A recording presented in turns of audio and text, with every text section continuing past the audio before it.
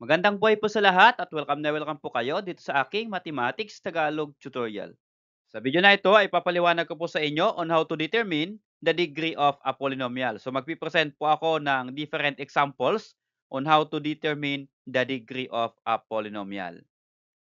Okay, so let's try with number one example. So what is the degree of the following polynomial?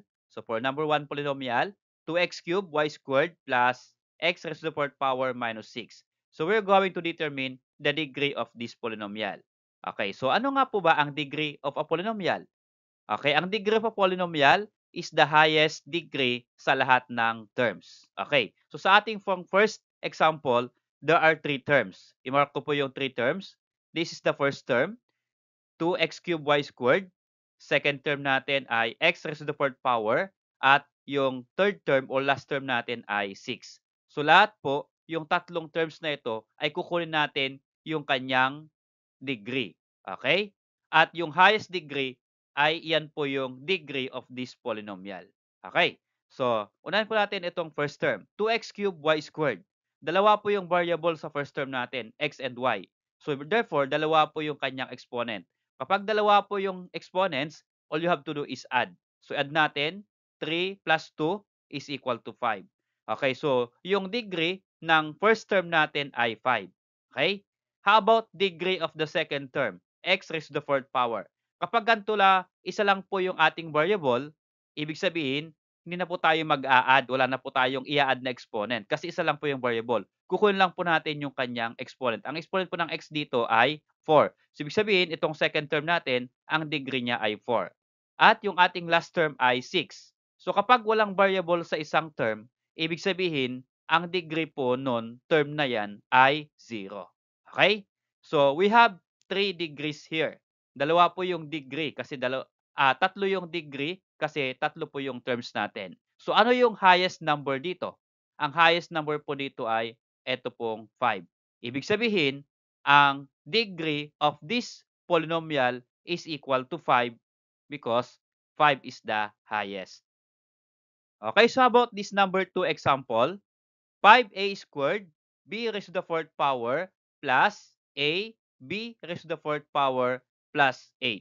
So what is the degree of this given polynomial? So again, isa-isahin po natin yung bawat terms. How many terms are there sa ating example? Again, there are 3 terms. So 1 or first term, second term, at third term. Okay, so again, isa-isahin po natin na kukunin yung kanyang degree. Okay, sa first term, dalawa po yung variables. Ibig sabihin, mag-a-add tayo ng exponent.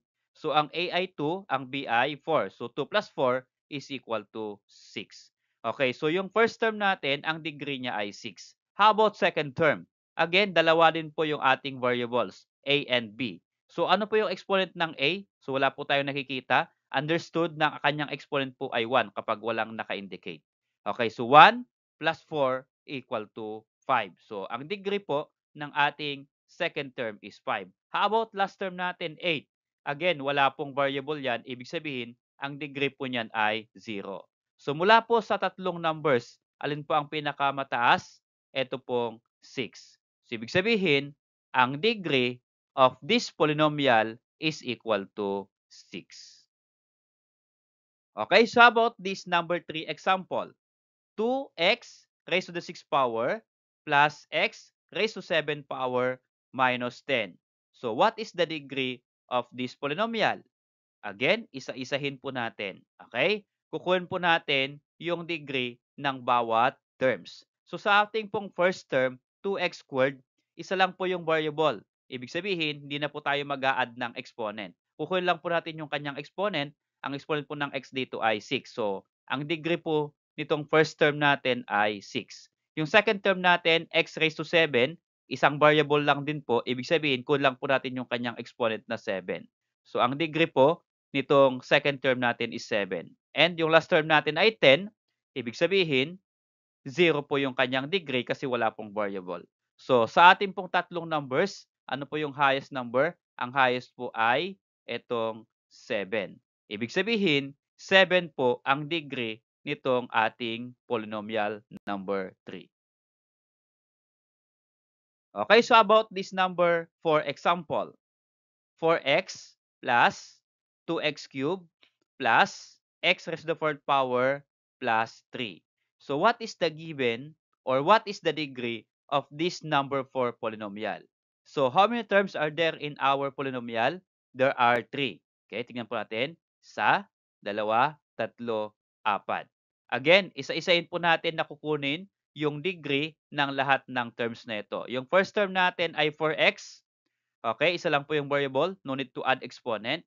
So ang exponent po ng x dito wala pong naka-indicate, automatic yan po ay 1 kapag wala pong naka-indicate na exponent. So ang degree po ng first term natin ay 1. Then yung second term natin, 2x cubed, isa lang din po na variable. So ano po ang exponent ng x? Ito pong 3. So ang degree po natin dyan ay 3. And then next, third term, x raised to the fourth power, isang variable po. So no need to add exponent. Kunin lang po natin yung kanyang exponent. Ang exponent po ay 4. So yung degree po ng third term natin ay 4 and last term natin ay 3. So wala pong variable, ibig sabihin 0 po yung kanyang term. Okay, so mula po dito sa apat na numbers, 1, 3, 4, 0, what is the highest? Ang highest po dito ay 4. So ibig sabihin, ang degree ng ating polynomial number 4 is equal to 4. Okay, so about this number 5 example, 2abc squared plus x cubed minus 8. Okay, so we're going to determine the degree of this given polynomial. So how many terms are there in our polynomial? Okay, so we have 3 terms. Saan po yung 3 terms? Ito po yung unang term, 2abc squared. Pangalawang term po natin ay x cubed or x raised to the third power. At yung last term natin ay 8. Okay, so ibig sabihin, tatlong degree ang kukunin po natin. Okay? So, isa-isahin po natin. Yung first term po natin ay 3 variables. So, ibig sabihin, mag-a-add po tayo ng exponents. Okay, yung A, ano po yung exponent niya? Wala pong naka-indicate. Automatic, yan po ay 1. At yung B, wala din pong naka-indicate. Automatic, pareho pong 1 yan. Okay, kapag wala pong nakalagay. So, we are going to add the exponents. Sa A is 1, B is 1, C is 2. So, 1 plus 1 plus 2, that is equal to 4. Meaning to say, ito pong ating first term natin, ang kanyang degree ay 4. How about second term natin, x cubed?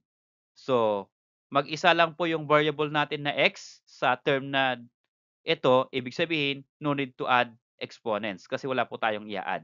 So, kopyahin lang natin yung kanyang exponent. Exponent ng x ay 3. So, yung degree niya dyan ay 3. Then next, yung last term natin ay 8. 0 po yan kasi wala pong variable. So, what is the highest number in our 3 numbers or 3 na degree? 4. So, therefore, ang degree po ng number 5 natin is equal to 4. Salamat sa pod kaibigan. Kung nagustuhan mo yung video na ito, please click like and then subscribe kung bago ka pa lang po dito sa aking channel. So kung mayroon kang katanungan sa video na ito o sa lesson na ito, comment lang po sa comment box at hintayin po ninyo yung aking reply.